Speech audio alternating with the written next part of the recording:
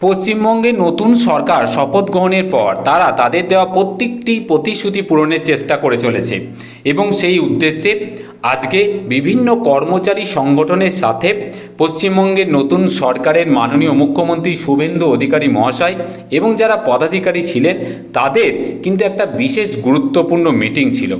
এই মিটিংয়ে সরকারি কর্মচারী থেকে শুরু করে বিভিন্ন পেনশনার যারা আছেন তাদের বিভিন্ন দাবি দাওয়া সম্পর্কে কিন্তু একটা বিস্তর আলোচনা হয় এবং সেই আলোচনা থেকে ঠিক কী কী বিষয় উঠে এসেছে আমি আপনাদের সামনে সরাসরি তুলে ধরার চেষ্টা করব।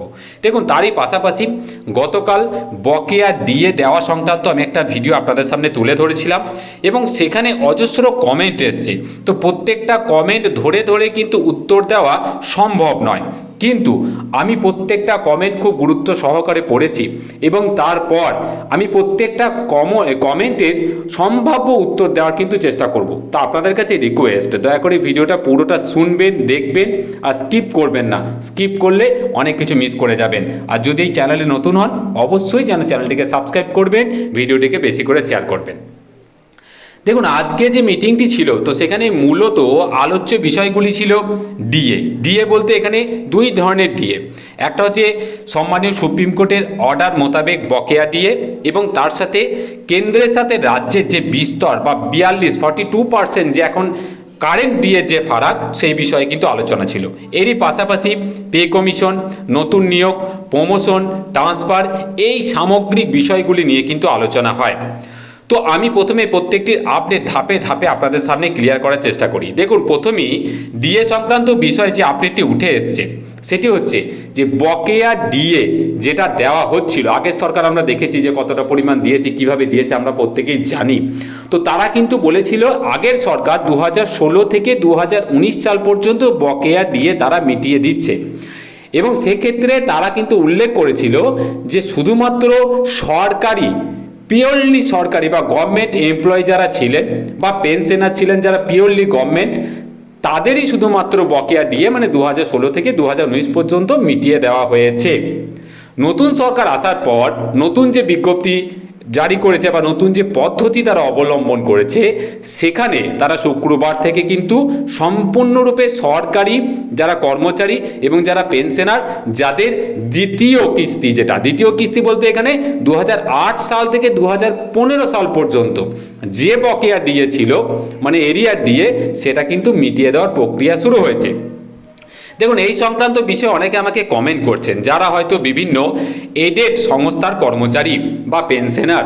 তো তাদের উদ্দেশ্যে আমি বলবো, আগের সরকার একদম পরিষ্কার এডেড সংস্থার কর্মচারীদের জন্য কিন্তু পরিষ্কার কোনো বিজ্ঞপ্তি কিন্তু জারি করেনি। তারা কিন্তু বলেছিল যে না এরকম কিন্তু দেওয়া হবে বা আলোচনা চলছে বা ডেটা কালেকশন চলছে, কিন্তু ক্রেডিটের বিষয়ে কবে দেওয়া হবে সেই বিষয়ে কিন্তু স্পষ্টত কোনো ইঙ্গিত ছিল না।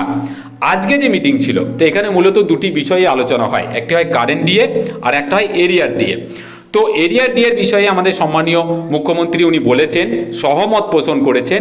উনি বলেছেন যে ওনারা কিন্তু সম্মানীয় সুপ্রিম কোর্টের আদেশ মোতাবেক চলবেন এবং সম্মানীয় সুপ্রিম কোর্টের আদেশ যেহেতু আছে এরিয়া ডিএ কিন্তু মিটিয়ে দিতে হবে, সেই জন্য ওনারা কিন্তু সদর্থক ভূমিকা পালন করছেন এবং ধাপে ধাপে প্রত্যেকের এরিয়া ডিএ কিন্তু ওনারা মিটিয়ে দেবেন।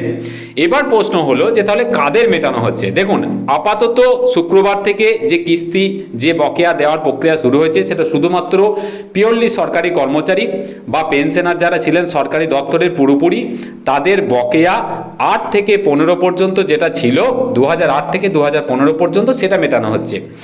এরপরে এডেড সংস্থার কর্মচারী মানে বিভিন্ন শিক্ষক শিক্ষিকা থেকে শুরু করে পৌরসভা, পঞ্চায়েত, লাইব্রেরি, মাদ্রাসা থেকে শুরু করে বিভিন্ন যে এডেড সংস্থাগুলো আছে, পৌর সংস্থা যারা আছে, তো তাদের কবে মেটানো হবে। তো এই বিষয়ে আজকে আলোচনায় যেটা উঠে এসছে যে এনাদের বিষয়ে গভর্নমেন্ট খুব তাড়াতাড়ি একটা বিজ্ঞপ্তি বের করবে এবং সেই বিজ্ঞপ্তিতে স্পষ্টত উল্লেখ থাকবে যে এনাদের যে বকেয়া ডিএ সেটা কিন্তু কবে মিটিয়ে দেওয়া হবে।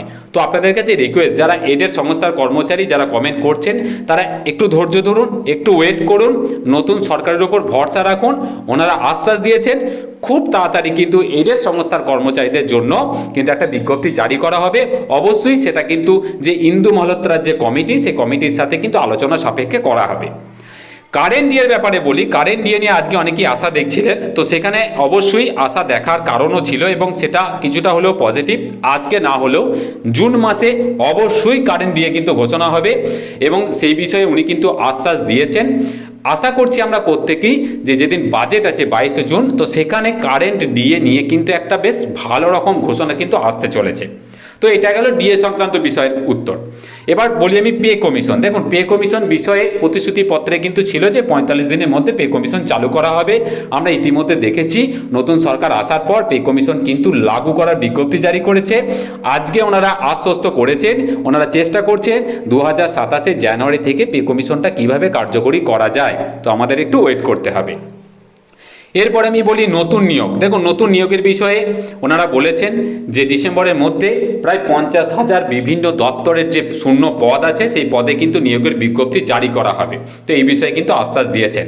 এবার হচ্ছে প্রমোশন বিষয়। দেখুন, শিক্ষক শিক্ষিকাদের প্রমোশন বিষয়টা কিন্তু খুব জটিল, মানে সেই অর্থে কিন্তু প্রমোশন নেই যারা এইডেড সংস্থায় যারা কাজ করেন, মানে আমি বলতে চাইছি পিএসসি শিক্ষক শিক্ষিকা নয়, মানে যারা বিভিন্ন এইডেড স্কুলে যারা কর্মরত। তো সেই বিষয়ে একটা সুন্দর একটা বেশ আলোচনার মাধ্যমে একটা বিল আনার ওনারা চেষ্টা করবেন কিভাবে প্রমোশন দেওয়া যায়। তো সেই বিষয়ে আশ্বস্ত করেছেন।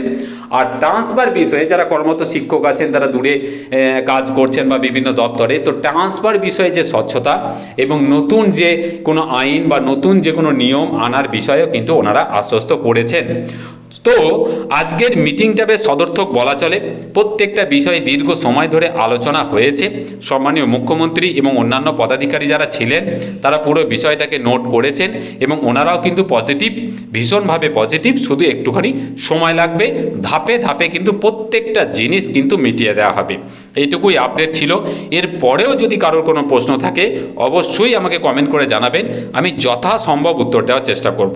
খুব ভালো থাকবেন, ধন্যবাদ।